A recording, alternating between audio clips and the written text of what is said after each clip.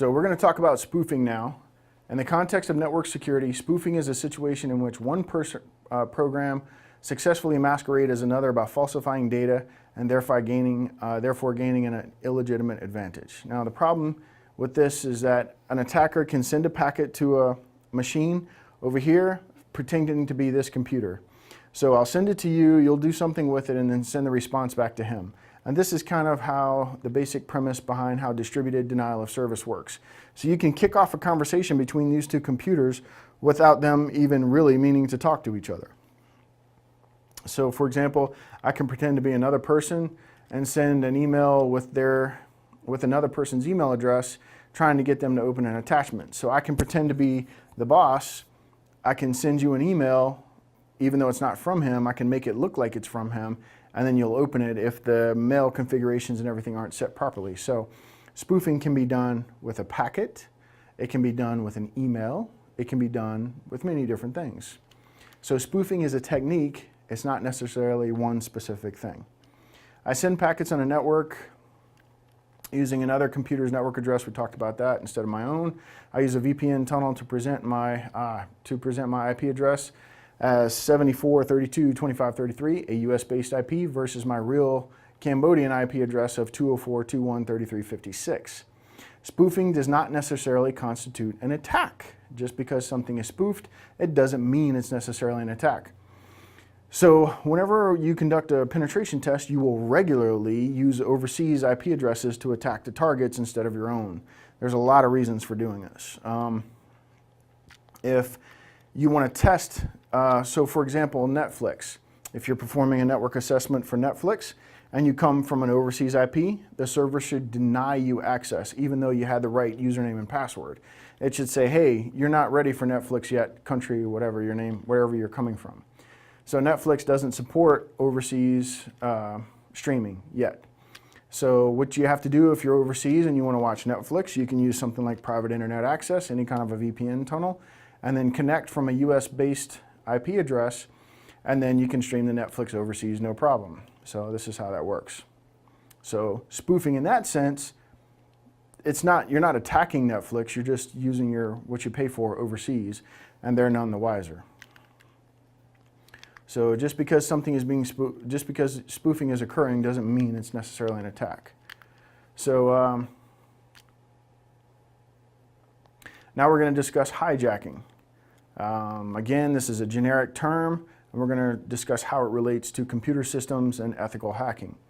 To take control, the definition is to take control of a system, a device, think Internet of Things, a toaster, a TV, whatever, that someone else is controlling. So just in case we didn't discuss that, IoT is Internet of Things, and what it is it's like smart devices that are connected to the internet.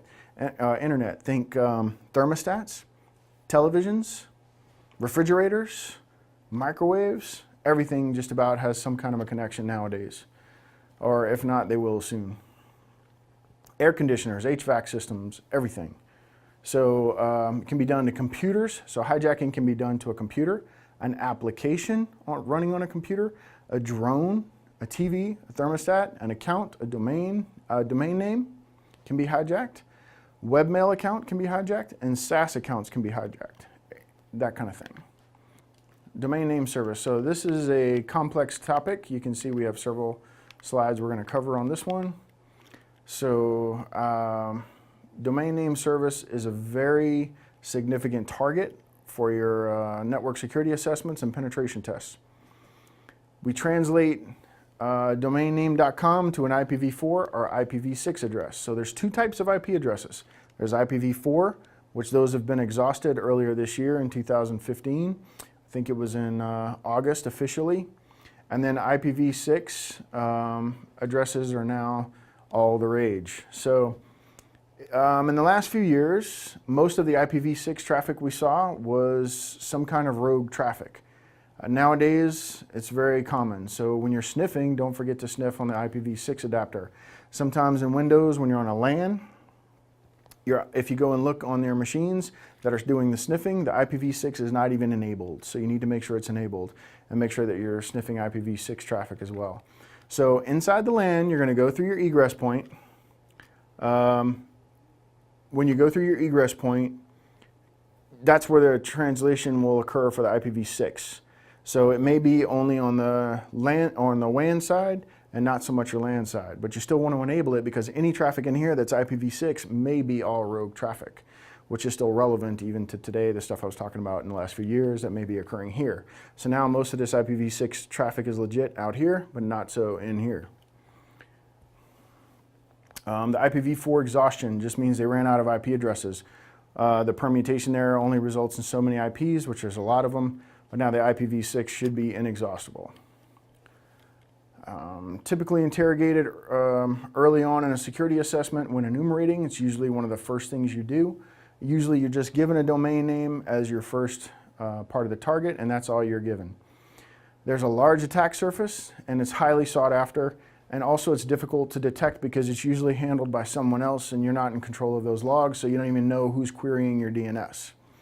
The attack surface consists of a domain transfer, a zone transfer, zone poisoning, cache poisoning, reflection DOS, which stands for denial of service, denial of service itself, information leak, which is just leaking internal DNS info. So for example, a lot of people don't want to stand up a secondary DNS server inside of their organization, so they'll just use their external one, and they'll put like camera.somedomain.com, and they'll put the internal address 192.168.1.45. So now I know they're either using 192.168.1.45 or 192.168.1.0 for their internal network, or it could be 10.0.1.2 or whatever. So it could even be they have some crazy external name scheme that they're using internal. But anyway, the point here is that they've listed an internal IP address in their external DNS server. If we perform a zone transfer, we can kind of glean information about that. So it's a little less work and we get it for free. It's a little less work than once we breach the network. We don't have to go poking around in there to figure out what the IP address naming scheme is. So we talked about this. Again, all these red bits are test questions. Domain transfer, hijacking of a domain. So I can transfer that domain to myself. So now when you go in and do analyze your DNS, when you own the DNS, you go in and look at, like, say, GoDaddy, you'll see the little lock there. That means it's locked. That means you have to specifically say, yes, it's okay to transfer that domain. There was a time on the internet when I could just request a DNS transfer with the right information on an email request, and that domain would be transferred to me, and then I own it. And then I can change it to whatever I want, to my servers. So a zone transfer is a process of copying primary DNS server to a secondary DNS server. If a hacker is able to successfully do this, they may result in an information leak. DNS records often contain sensitive information.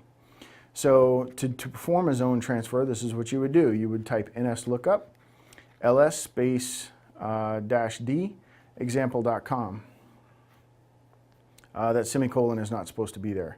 You could also do dig at ns1.example.com, axfr. Dig is another tool. nslookup is a command line tool. Dig is a command line tool. And you could also type host -t axfr example.com. It's supposed to be com, or I guess that's short for domain. ns1.example.domain. So you could transfer it there that way. Another technique is called zone poisoning. You breach the primary server and alter the zone file to corrupt the domain. So you take the zone information, which is how they're configured. We'll discuss this in a lab. We'll actually configure a DNS server, a DHCP server, and some other types of servers, so you can get some experience there. But you would breach the primary server and then alter the zone files to corrupt the domain so that it's handing out the wrong DNS, so it's pointing it to someone else's web server. So your web server's fine, but your DNS is messed up, so you may not know. That's why it's good to own your DNS and understand what it is. You want to periodically check it, and as part of your security assessments when you're out doing penetration tests, make sure that you're going out and looking at the DNS information and validating what it is. Print it out so that the owner or the person responsible for soliciting the test has this information in the future. If something goes wrong, they can query the DNS server and make sure it matches what you gave them when it was working fine.